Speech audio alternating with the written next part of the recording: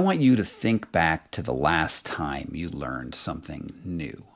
Maybe it was in a classroom. Maybe you had taken up a new hobby or tried to learn a new language. Maybe there's a computer program you just picked up for the very first time. And if you think about that moment of acquiring a new skill, you think about who you were before you started learning this thing and who you were afterwards. Would you say that you're a different person? Would you say that you have somehow fundamentally changed overall? Now, most people would say, no, I'm basically the same person. But maybe I have this new skill that I'm developing, and I'm even having a great time learning it. And that's awesome. That's like the beauty of being human. One thing that pretty much all of us experience when we try to start to learn something new is that at first, whatever that new skill or technique that we've adopted into our life, once it's started to take hold, we see this immediate rise in efficiency and overall well-being and change in the skill in general. Like, just for an example, let's say it was swing dancing, and you're a terrible swing dancer. You're a person who steps on everyone's feet. Well, you take a couple classes, and you are going to become a much better swing dancer because you're starting from a baseline of, nothing, right? This is what happens when you go from 0 to 1. You get a lot better. But over time, you realize that you're going to start to plateau, right? Like you start swing dancing and all of a sudden now you feel comfortable on the dance floor, and that is awesome, but you're not going to be winning any dance competitions, not immediately. There are people who have dedicated their lives to swing dancing, and you're not going to compete. Well, this curve of learning a new skill or adopting really any practice and that eventual tapering off is what we call the law of diminishing returns. And it afflicts just about everything that a human does. When you first start learning something, you are on this rise, this asymptotic curve where you're going from absolutely nothing to, hey, my life is changing, it's getting better, until it eventually plateaus. This podcast today is about the law of diminishing returns and perhaps a different way to think about what that process actually is and how we can hijack it to change our lives for the better overall. Because the law of diminishing returns, looked at from one perspective, is, a little depressing, right? You get better and then you taper off, and, it's going to be a lot of work to see the same sort of rise in the future. However, I think another way to think about it is that the law of diminishing returns is also, at the same time, the law of speedy gains. And it's just this little switch in the way we think about things. The law of speedy gains is, hey, you try something new and you're going to get a lot better at that thing, and your life will change until it doesn't, until it sort of tapers off. But you always have access to those gains in other fields. Hey, I'm a terrible dancer. If I went off with my wife, though, and we took swing dancing lessons, I'd get better.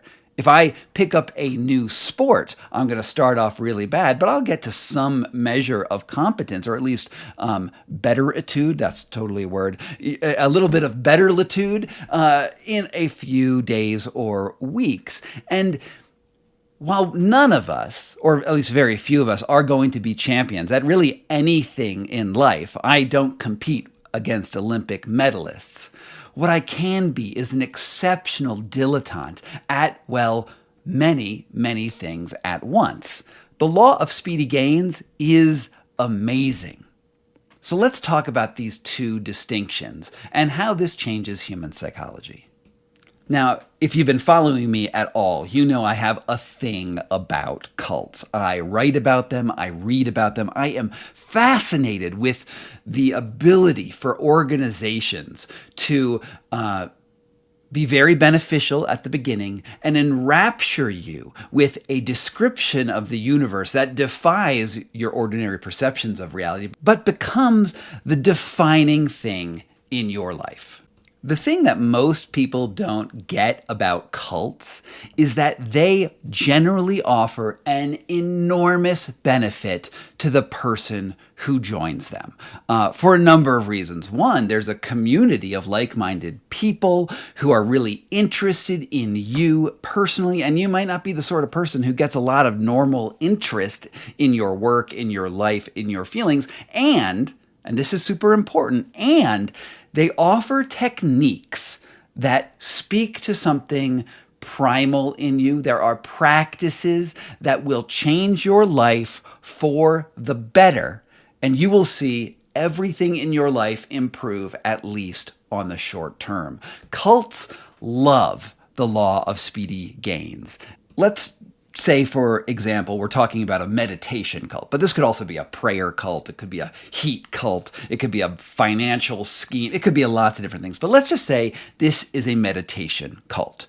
We all know that, and every study on meditation shows that once you take up that practice of a meditation technique, your life starts to get better. You have more clear thought, less anxiety, maybe your immune system gets better. You feel like you have more attention to the world around you, and you experience a speedy gain due to meditation. And it really doesn't even matter all that much what sort of meditation technique you initially learn. This could be transcendental meditation, it could be Tibetan, some sort of Tibetan tantric practice, or even just basic mindfulness.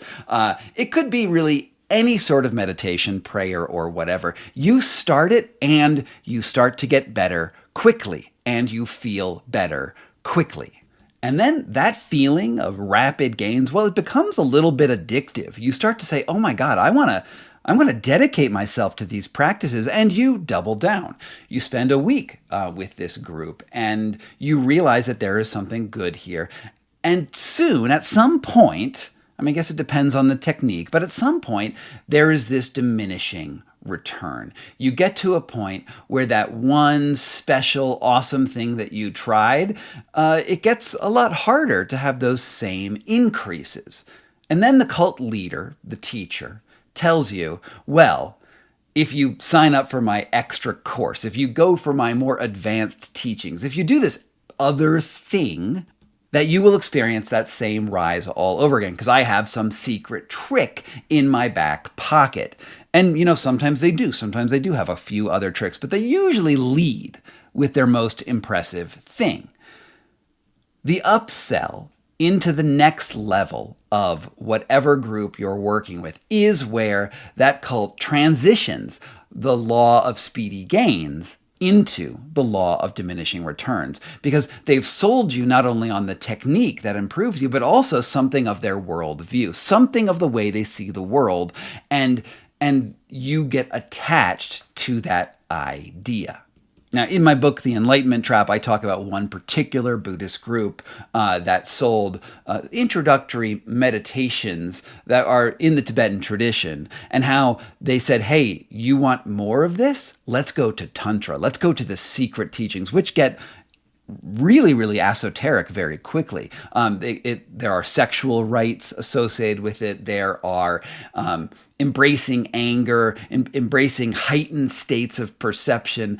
And some of these can have beneficial aspects to them. I'm not going to say that Tantra is totally useless, but they are much more involved. It's much harder to have those same gains as you go. And even those gains do taper off over time.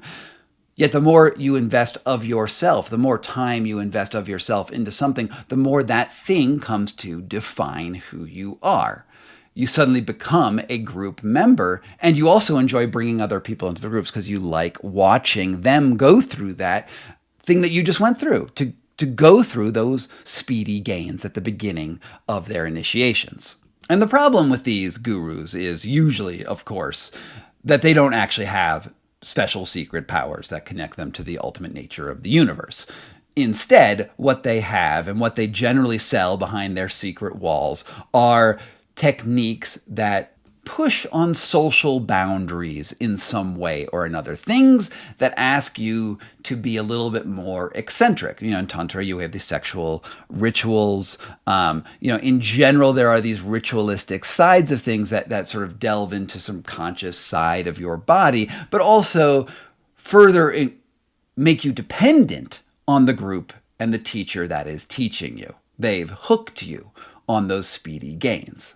Ultimately, these leaders trade eccentricity and boundary pushing for those speedy gains that initially hooked someone. Scientology, I don't know if you know much about Scientology, has this thing where they have you grab an e-meter, which are two tubes connected to some sort of electrical conduit, and it looks sort of like a lie detector device of some sort, and you do it, and, just like any good magic trick or tarot reading, it makes you think there's something really interesting going on. That immediately turns into upsells for new courses and new things that you're going to learn. The Wim Hof method is really not all that different. I've been doing this for a decade. And those first ice baths and those first breathworks you get into are magical and transformative. And I have been doing this for 10 years. I will tell you, there is diminishing returns, even regression over time. I don't hold my breath as long as I used to at all. I think my breath holds are much lower, but I still get some benefits. But it is definitely more work to get there. There are diminishing returns. And if you look at what Wim Hof is teaching lately on his in-person retreats, it's getting a little culty, right? It's getting into these situations where everyone puts their hands on Wim and they chant mantras with him. They do weird rituals in ice water, and all that is just, all fun and games. But it's definitely trading eccentricity for new and deeper techniques. This isn't necessarily a bad thing, but it is a thing to keep in mind as someone tries to deepen their practice. What are you actually getting with the increase in energy that you're putting into things? But what about the law of speedy gains in general? What if your lifestyle embraced the idea that diminishing returns are what happens when you commit to things? And there are some things that you do want to deepen your practice with. Obviously, I decided to do that with ice water and breathing, and I also write books. But there's a ton of things that I have a shallow level of knowledge and expertise. And that's not a bad thing. I, for instance, love long bike rides. I go on long bike rides relatively frequently, and it's a lot of fun, but I have no ambition to pursue this at a professional level. I wouldn't do very well in that, but picking it up has radically changed my life, and I am okay with not becoming the best bike rider in the world. There's just simply no competition that I want to involve myself with. And sometimes, if you've read my book, The Wedge, I tried about 10 different techniques that challenged my nervous system. And this made me rethink how my body and my mind operate together in the world. And I didn't become an expert at, say, throwing kettlebells. I'm not really an expert at sauna. I don't even know what that would necessarily mean. And while I've done psychedelics, they're certainly not a part of my regular life. Instead, merely trying these new things and giving them just enough weight, just enough interest, just enough attention to experience the law of speedy gains, that I became a better, more full person. And this is something that any of us and all of us have access to all the time. And it doesn't matter whether this is a workout, a meditation practice, a spiritual practice, a diet, a new skill, a new job, a new business idea. Trying new things, you have the benefit and the opportunity of the law of speedy gains. You just have to accept that being a dilettante is not the worst thing in the world. If you embrace this lifestyle, you're not going to be the world expert at anything that you're just trying to, try. You maybe have the attention and the focus to get deep on 2, 3, maybe 4 things, but 4 things you're going to top out. You're not going to go deep, but you can go wide. You can go wide and you can get better at a variety of things.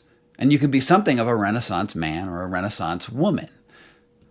Let me give you one example in the workout space in my own life in the last year. So, starting back in June, I went on this rafting trip in Idaho where I spent like 5 days on a raft on this beautiful river called the Middle Fork of the Salmon. And had a really good time giving some lectures to people, but also just having a blast in nature. And one of the things that I noticed was maybe a little embarrassing. And it came when I saw the photos of the trip that some professional photographer had been shooting. And I saw a picture of myself and I'm like, oh man, Scott, you have gained a lot of weight. I mean, it wasn't the most flattering angle, but it was clear that it was not the healthiest look that I had ever aspired to. And out of coincidence or maybe opportunity, there was this other dude there, pretty buff, like good looking guy. And I noticed that he was doing a lot of push-ups. Every day he would just do like 100 push-ups. And he said that it was just an easy thing to add to his routine.